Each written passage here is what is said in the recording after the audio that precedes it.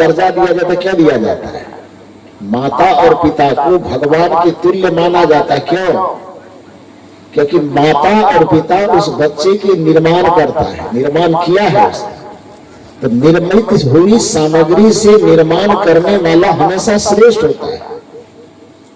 उस बांस को भगवान का दर्जा दिया किसने?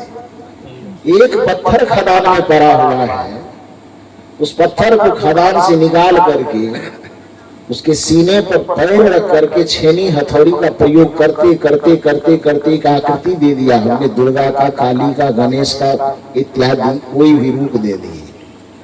और उस रूप को ला करके हमने मंदिर में प्रतिष्ठित कर दिया। यदि उस पर एक मनुष्य की दृष्टि न जाती तो खदान से मंदिर तक पहुंचता कैसे है? तो खदान से मंदिर तक लाने का जो श्रेय है वो किसको है? एक मनुष्य को है। राजस्थान से एक बार फोन आया, यूट्यूब पर कोई प्रवचन देखा होगा, तो हालांकि मैं राजस्थान को भी जाने का मौका नहीं लगा है, कार्यक्रम की सूचना आई लेकिन कुछ वजह से नहीं जा पाए।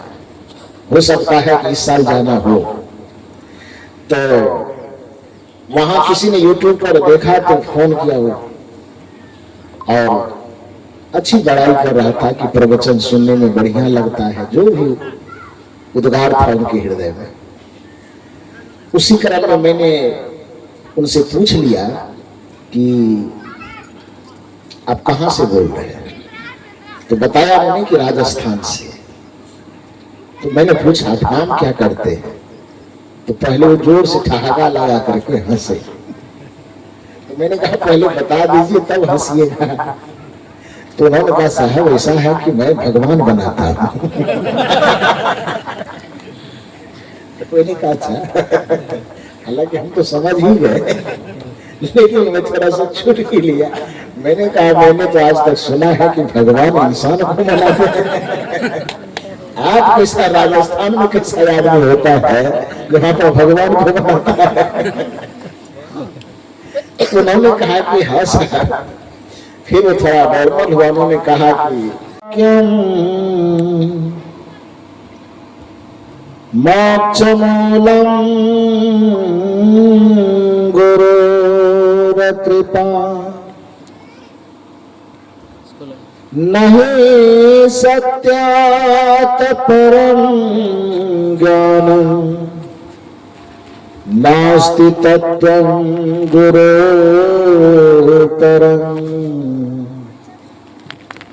यस्मात् परतरं नास्ति तस्मै श्री गुरुवे नमः।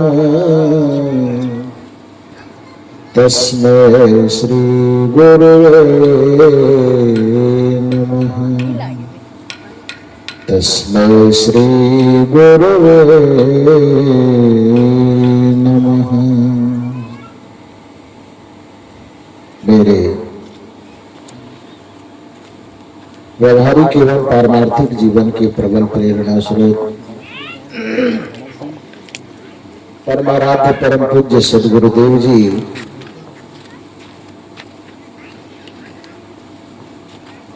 छत्तीसगढ़ की पावन धरा के अंतर्गत महासमुंद जिला के मोहंदा ग्राम में आयोजित त्रिदिवसीय सत्संग समारोह के प्रथम दिन के द्वितीय सत्र में मंच पर विराजमान परम वंदनीय संत समाज, इस परिवर्तक स्थल पर विराजमान अध्यात्म प्रेमी सज्जनों तथा देवी, अभी इस मंच के माध्यम से बहुत सुंदर चर्चा चल रही थी, भगवान किसे कहा जाता है, भगवान का स्वरूप क्या है। आम धारणा लोगों की यह है कि कबीर साहब के विचारधारा में अथवा उनके मंच पर उनके चिंतकों के द्वारा भगवान की कोई चर्चा नहीं होती है। क्योंकि ये लोग भगवान को नहीं मानते। लेकिन सच पूछा जाए तो सदगुरु कबीर साहब न मानने योग्य चीज को ही नहीं मानते हैं, जो मानने योग्य चीज है उसको तो बिल्कुल मानते हैं। अब कोई कहे कि आग गर्म होता है, इसको धरती का कौन व्यक्ति नहीं मानेगा? कोई व्यक्ति कहे कि बर्फ शीतल होता है, तो उसको धरती का कौन पागल व्यक्ति होगा जो नहीं मानेगा? कोई कहे कि सूर्य प्रकाश से भरा हुआ है, धरती का कौन व्यक्ति इस बात को नहीं मानेगा? केवल अंधा जो होगा वो नहीं मानेगा। बाकी आप जिसके भी पास हो, चाहे हिंदू हो कि मुसलमान हो कि सिख हो कि ईसाई हो, निर्गुणवादी हो कि सगुणवादी हो, कि रामानंदी हो कि कबीरपंथी हो कि और कोई हो, धरती का कोई भी मनुष्य होगा तो सूर्य प्रकाश से आप्लावित है, इसको कौन नहीं मानेगा? सब मानेगा। वायु शीतल होता है, पानी शीतल होता है, पृथ्वी कठोर होती, कौन नहीं मानेगा? सबको मानना पड़ेगा और सब मानता भी है। लेकिन कुछ चीजें ऐसी होती है जब व्यक्ति संकुचित मानसिकता से ग्रस्त हो जाता है तो केवल अपनी ही मान्यता को सत्य मानता है और दूसरे की मान्यता को बिल्कुल निरर्थक मानता है। दूसरे की मान्यता को निरर्थक मानने के कारण ही धर्म जगत में एक गाली का प्रचलन चला। जो हमारे विचारधारा के अनुकूल न हो उसको एक कोमल गाली दी गई, कठोर गाली नहीं दी गई, कोमल गाली दी गई, नास्तिक कह करके। जो हमारे विचारधारा से सहमत नहीं है, हमारे विचारधारा को नहीं मानता है, उसको कह दिया गया कि नास्तिक है। इस्लाम परंपरा में उसको कहा गया काफिर है। यह एक प्रकार की गाली है। वस्तुतः यह जो नास्तिक कह करके धार्मिक जगत में एक गाली देने का प्रचलन चला, ये संकुचित मानसिकता के कारण। कबीर साहब का दृष्टिकोण किसी भी पक्ष में संकुचित नहीं है, बहुत विस्तृत मस्तिष्क है।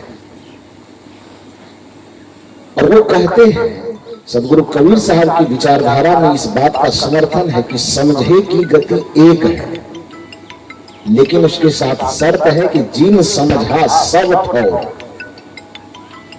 सर्वांगीण रूप से, संपूर्ण रूप से जो सत्य को समझा है, उसका दिल और दिमाग इतना विस्तृत होगा कि उस सत्य के हर एक पहलू को समझने के कारण किसी से वैर नहीं करेगा, किसी को नास्तिक कह करके उसको अपमानित नहीं करेगा, किसी को काफिर नहीं कहेगा, क्योंकि वो जानता है कि सत्य को समझने का, सत्य को अभिव्यक्त करने का तरीका एक नहीं 100 हो सकता है। समझे की गति एक है, लेकिन शर्त है कि जिन समझा सब ठौर। यदि कोई एक पक्ष समझा है तब, बीच में है भी, बीच में ना अधूरा अधर में लटका हुआ है तब, तो कबीर साहब कहते हैं कि कहा ही कबीर ते बीच की बल कहीं और की और। बल कहीं का मतलब समझते हैं, जिसको आम बोल चाल में हम लोग बचपना कहते हैं। बालक के जैसे आचरण को कबीर साहब ने क्या कहा? बल कहीं। बालक की तरह, बचपन की तरह कोई आचरण करे तो उसको बचपना कहा जाता है, और बालक की तरह कोई आचरण करे, ना समझी वाला आचरण करे, तो कबीर साहब उसको अपनी भाषा देते, उसको बल कहीं, बालक की तरह। समझे की गति एक है, जिन समझा सब ठौर। कहीं कबीर ते बीच की बल कहीं, बालक की तरह और की ओर। थोड़ा इधर की बात, थोड़ा उधर की बात करते। सत्य को सर्वांगीण रूप से समझने के लिए व्यक्ति को निष्पक्ष होना पड़ता है। वो परंपरा से मुक्त हो, प्रथा से मुक्त हो, उसका दिल दिमाग एकदम निश्चल हो, निर्मल हो, बेलाग हो, बेलपेट हो, किसी परंपरा में धंसा हुआ न हो, किसी परंपरा के प्रति नफरत न हो, संपूर्ण मानवता को, संपूर्ण सत्य को आत्मसात करने की और उस सत्य को बिना लाग लपेट दुनिया को कहने की क्षमता जिसके मन मस्तिष्क में है, वह व्यक्ति कभी किसी को नीचा नहीं दिखाए। वही सत्य को सर्वांगीण रूप से समझ भी सकता है और सत्य को अभिव्यक्त भी कर सकता है। तो कबीर साहब के दृष्टिकोण में वो भगवान को नकारते नहीं, वो भगवान को स्वीकारते हैं, लेकिन उस तरह से भगवान को नहीं स्वीकारते जिस प्रकार से दुनिया में कुछ संप्रदाय के लोग वो बांस के खूंटा को खड़ा कर देता है, दुनिया वाले से मनवा देता कि भगवान है। कबीर साहब कहते भैया न तो हमको रतौंधी हुआ है न मोतियाबिंद हुआ है, मुझे दिखाई दे रहा है कि वो बांस का खंभा है। अभी से कुछ देर पहले वो बांस की बाड़ी में लगा हुआ था। रामनवमी का समय आया, किसी के मन में हुआ कि भगवान को थोड़ा बदल देना, चेंज करना है। आप ही हम में से कोई आदमी तैयार होता है और उसे लगता है कि अपने आंगन में जो हम भगवान के प्रतीक को गला के रखे थे, 1 साल आ जाने से इसको बदलना जरूरी है। तो आप चलिए अपनी बांसबारी की तरफ। इधर गलाता है कि नहीं गलाता है? इधर है, होता है ना, होता है। तो बांसबारी की तरफ जाना पड़ेगा और हाथ में एक काटने वाला, उसको क्या बोलते हैं, कुल्हाड़ी, दरिया, हसुआ, जो भी बोले हैं, तो वो अपने हाथ में लेते हैं और बांस की बारी में जाते हैं। जैसे ही बांस बारी पहुंचते हैं, उसमें यदि हजारों बांस लगे हो तो सब अपने अपने किस्मत को टटोलता है कि आज किसका भाग्य जगने वाला है। क्योंकि ये आदमी जो आया है भगवान का चुनाव करने आया है, हाथ में कटार लेके। अब बांसबारी गए किस लिए गए हैं? भगवान को चुनने गए हैं, चुनाव करने के लिए। ऊपर नीचा देखते तो जिस बांस को निहारते वो बांस अपने मन में गुदगुदाता है उसको कि पता नहीं हम शायद लायक हो जाए। इस सब समूह से निकल करके भी हम चले गए तो किस्मत मेरा जग जाएगा। सब कोई दिया अगरबत्ती जलाएंगे, दिखाएंगे, पान प्रसाद चढ़ाएंगे, नतमस्तक हमारे सामने हो, तो कौन ऐसा नहीं करवाना चाहता है? नहीं चाहता है। तो उस बांस के मन में कुलबुलाहट है, कोतूहल है। ध्यान दीजिए, कोतूहल, कोलाहल नहीं, 2 शब्द है, कोतूहल, कोलाहल। कोतूहल का मतलब होता है भीतर का शोर और कोलाहल का मतलब होता है बाहर का शोर। जी। तो उस बांस के, हालांकि चेतना तो नहीं है, ये भावात्मक बात कह रहे हैं, लेकिन उसके यदि मान लो कि वो चैतन्य हो तो उसके मन में एक गुदगुदी जैसा भाव पैदा हो कि शायद आज संभावना है कि हम, यदि इसमें से मेरा चुनाव हो गया हजारों के बीच में से, तो हम आज से सीधे भगवान में ट्रांसफर हो जाए। और परिणाम क्या हुआ? जिस किसी बांस को आप निहारते ऊपर से नीचे, बांस के भीतर में गुदगुदी होती हो। अब कोई व्यक्ति यूट्यूब पे देखे तो ये टिप्पणी न करे ये बांस को गुदगुदी कहां से होता। ये भावात्मक बातें हो रही। तो अब उसमें क्या है कि हजारों में से देख करके जिस किसी एक को आपने पसंद कर लिया कि ये सीधा है, लंबा है, टेढ़ा मेढ़ा नहीं है, और उसको चुन करके आपने गरासा से, दबिया, हसुआ से आपने काटा। जिस वक्त उस बांस को आपने काटा, बांस अपने ऊपर खिल गया कि बस आज से इंसान की तो बात छोड़ो, सीधे भगवान बनने की श्रेणी में हम जा रहे हैं। दरवाजे पे लाए, उसको छील माट किए। एक में उसने सिंदूर, आपने सिंदूर लगाया, और दूसरे में उजला वाला जो भी चीज लगाया, चावल का सब बनाते हैं, वो बना करके लगाया।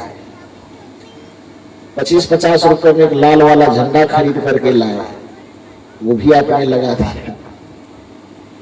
और शाम के वक्त होते होते, दोपहर होते होते, अभी सुबह तक जो बांस के बारी में खड़ा होकर के पक्षी के बैठने का वो आश्रय स्थल बना हुआ था, कौवा, मैना, तोता, कबूतर, जो भी पक्षी जाता हो, सुबह तक जो किसी पक्षी के बैठने का आश्रय स्थल बना हुआ था, उस बांस को आपने चुन करके लाया, दरवाजे पर छीला, बांटा, उसको सिंदूर और उजला वाला चावल उसमें लगाया, 25 रुपए का उसमें कपड़ा बांधा, संकल्प लिए एक हाथ मिट्टी खाने, और वहां जाकर के वो संकल्प लेकर के गला दिए। 12 घंटा के अंदर क्या हो गया वो? क्या सुबह तक क्या था और शाम तक क्या हो गया? बोलिए थोड़ा सा। भगवान हो गया। तो जब वो बांस भगवान हो गया, तो उस बांस को भगवान बनाया किसने? किसने बनाया? मनुष्य ने बनाया।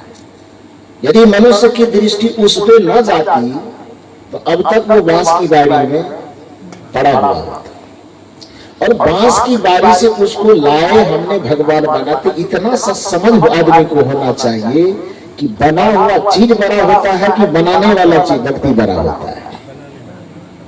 निर्मित सामग्री से निर्माण करता हमेशा बड़ा होता है। इसलिए बच्चे के पिता को जो बड़ा भगवान का दर्जा दिया जाता है, क्या दिया जाता है? माता और पिता को भगवान के तुल्य माना जाता है। क्यों? क्योंकि माता और पिता उस बच्चे के निर्माण करता है, निर्माण किया है उसने। तो निर्मित हुई सामग्री से निर्माण करने वाला हमेशा श्रेष्ठ होता है। उस बांस को भगवान का दर्जा दिया किसने? एक पत्थर खदान में पड़ा हुआ है, उस पत्थर को खदान से निकाल करके उसके सीने पर पैर रख करके छेनी हथौड़ी का प्रयोग करते करते करते करते एक आकृति दे दिया हमने, दुर्गा का, काली का, गणेश का इत्यादि कोई भी रूप दे दिए, और उस रूप को ला करके हमने मंदिर में प्रतिष्ठित कर दिया। यदि उस पर एक मनुष्य की दृष्टि न जाती तो खदान से मंदिर तक पहुंचता कैसे है? तो खदान से मंदिर तक लाने का जो श्रेय है वो किसको है? एक मनुष्य को है। राजस्थान से एक बार फोन आया, यूट्यूब पर कोई प्रवचन देखा होगा, तो हालांकि मैं राजस्थान को भी जाने का मौका नहीं लगा है, कार्यक्रम की सूचना आई लेकिन कुछ वजह से नहीं जा पाया। हो सकता है कि इस साल जाना हो। तो वहां किसी ने यूट्यूब पर देखा तो फोन किया वो, और अच्छी बड़ाई कर रहा था कि प्रवचन सुनने में बढ़िया लगता है, जो भी उद्गार था उनके हृदय में। उसी क्रम में मैंने उनसे पूछ लिया कि आप कहां से बोल रहे हैं? तो बताया उन्होंने कि राजस्थान से। तो मैंने पूछा आप काम क्या करते हैं? तो पहले वो जोर से ठहाका लगा करके हंसे। तो मैंने कहा पहले बता दीजिए तब हंसिएगा। तो उन्होंने कहा साहब ऐसा है कि मैं भगवान बनाता हूं। तो मैंने कहा अच्छा, हालांकि हम तो समझ ही गए, लेकिन मैं थोड़ा सा छूट ही लिया। मैंने कहा मैंने तो आज तक सुना है कि भगवान इंसान को बनाते हैं, आप कैसा राजस्थान में कैसा आदमी होता है जहाँ पर भगवान को बनाता है? उन्होंने कहा कि हाँ सर। फिर थोड़ा नॉर्मल हुआ, उन्होंने कहा कि यहाँ संगमरमर की फैक्ट्री में रहता हूँ और यहाँ पर आकृति मूर्ति वगैरह बनाता हूँ, तो यहाँ से बहुत सारे मंदिरों में कुछ मूर्तियां वगैरह जाती है, इसीलिए मैं साहब कह रहा हूँ आप लोग कि मैं भगवान बनाता हूँ। उन्होंने एक और मजे की बात कही, और उनकी बात इतनी ज्यादा अच्छी लगी मुझे कि गजब है। इसलिए तो सदगुरु कबीर साहब कहते हैं कि जितने भी आत्मा वो ज्ञान का स्वरूप है भाई। कोई जरूरी नहीं कि ब्रह्म ज्ञान की बात मंच पर बैठने वाले साधु लोग ही करते हैं। जहां जिस आत्मा में पता नहीं है, आत्मज्ञान का बीज अंकुरित हो जाता है, उसके मुंह से ऐसी ऐसी वाणियां निकलती है कि वो ब्रह्मवाक्य के जैसा होता है। तो बेचारा मजदूरी कर रहा है वो तो मजाक में कहा कि मैं भगवान बनाता।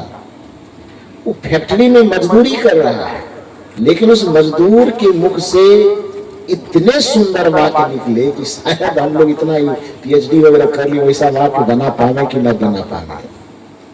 उन्होंने कहा साहब मूर्ति में बनाता हूं, लेकिन मूर्ति बनाने के साथ साथ एक बात की अफसोस लगती है कि फैक्ट्री से पत्थर निकालता हूं, उसको जो शकल जो अकल देना आकृति देना होता है वो देता हूं। जब तक यहां से पत्थर, जब तक वो मूर्ति बनती है तब तक भी वह पत्थर ही रहती है। जब तक वह ट्रक पर लादी जाती है तब तक वह पत्थर ही रहती है। जहां से ऑर्डर आता है वहां जब तक लेके पहुंचते हैं तब तक वो पत्थर ही रहती है। मंदिर के दरवाजे तक जाता है तब तक वह पत्थर ही रहता है। लेकिन एक बार जब मंदिर के कमरे में, गर्भगृह में एक बार वह प्रवेश कर जाता है तो एक बार में वह पत्थर से भगवान बन जाता है। लेकिन दुर्भाग्य है कि यह आदमी एक बार नहीं, उसी मंदिर के चौखट पर एक बार नहीं 1000 बार उस मंदिर के गर्भ में प्रवेश करता है। एक पत्थर तो मंदिर में प्रवेश करके भगवान बन गया, लेकिन दुर्भाग्य है कि ये आदमी कहलाने वाला 1000 बार उस मंदिर में प्रवेश करके इंसान तक नहीं बन पाता है। इससे ज्यादा दुख की बात क्या हो सकती है।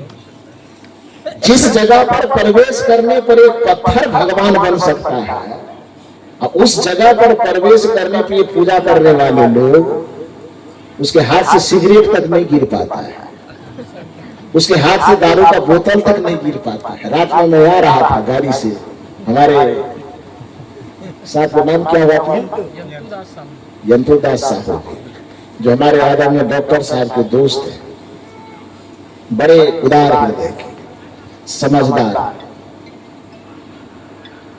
तो रात में मैंने मजाक में कहा भी, चूंकि आने में तो काफी देर लग गई।